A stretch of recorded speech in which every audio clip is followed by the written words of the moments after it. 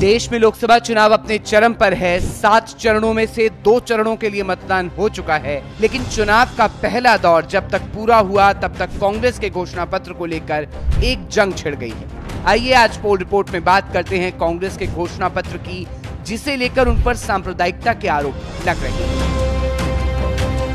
कांग्रेस के घोषणा पत्र के ऐलान के बाद से ही बीजेपी उन पर हमलावर है। ये हमला पार्टी अध्यक्ष से लेकर पीएम मोदी, गृह मंत्री अमित शाह और यूपी के सीएम योगी आदित्यनाथ लगातार कर रहे हैं। बीजेपी का जो चुनाव प्रचार पहले राम मंदिर, विकास और नए भारत के नाम पर हो रहा था, वो कांग्रेस का मैनिफेस्टो आने के बाद से ही बदल गया है।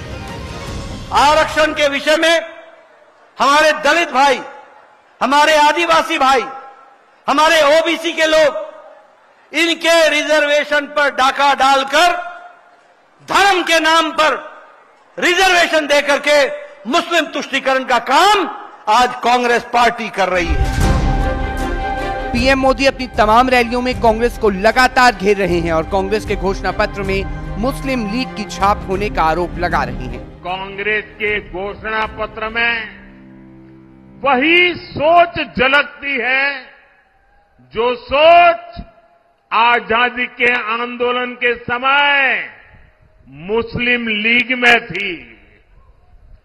कांग्रेस के घोषणा पत्र में पूरी तरह मुस्लिम लीग की छाप है।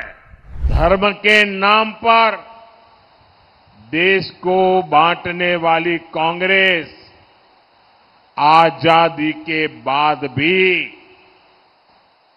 पहले दिन से तुष्टीकरण में लगी हुई। आइए समझते हैं पूरा विवाद। कांग्रेस के मैनिफेस्टो में अल्पसंख्यकों को लेकर क्या कहा गया। पेज नंबर 28 के पॉइंट नंबर 21 में कहा गया है कि कांग्रेस नीतियों में उपयुक्त बदलाव करके धन और आय के मामले में बढ़ती असमानता का समाधान करेगी। पेज नंबर 8 के पॉइंट नंबर 8 में लिखा है कि कांग्रेस व्यक्तिगत कानूनों में सुधार को बढ़ावा देगी। ये सुधार संबंधित समुदायों की भागीदारी और सहमति से किए जाएंगे। पेज नंबर 8 के पॉइंट नंबर 7 में लिखा है कांग्रेस ये सुनिश्चित करेगी कि प्रत्येक नागरिक की तरह अल्पसंख्यकों को भी पोशाक, खान पान, भाषा और व्यक्तिगत कानूनों की स्वतंत्रता हो।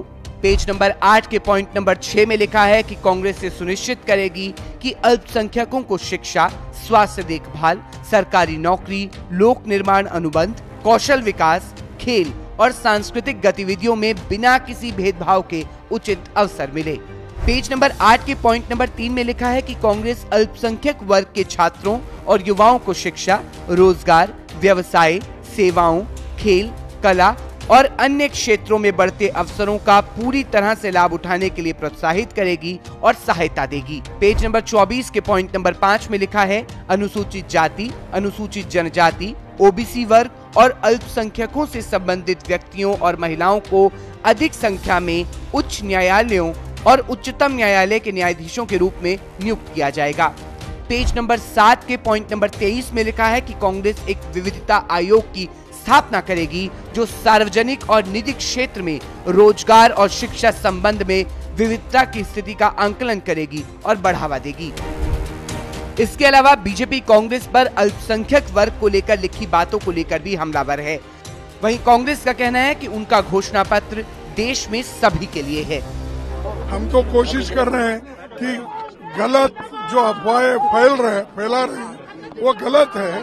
हमारे मैनिफेस्टो में सब कुछ गरीबों के लिए है, युवाओं के लिए है, किसानों के लिए है, महिलाओं के लिए है और ये सब है। तो आप वो ये क्यों कहना चाहिए कि ये मुस्लिम लीग का मैनिफेस्टो है। 5 चरणों का चुनाव बाकी है और लगभग महीने भर का चुनाव प्रचार अभी भी बाकी है।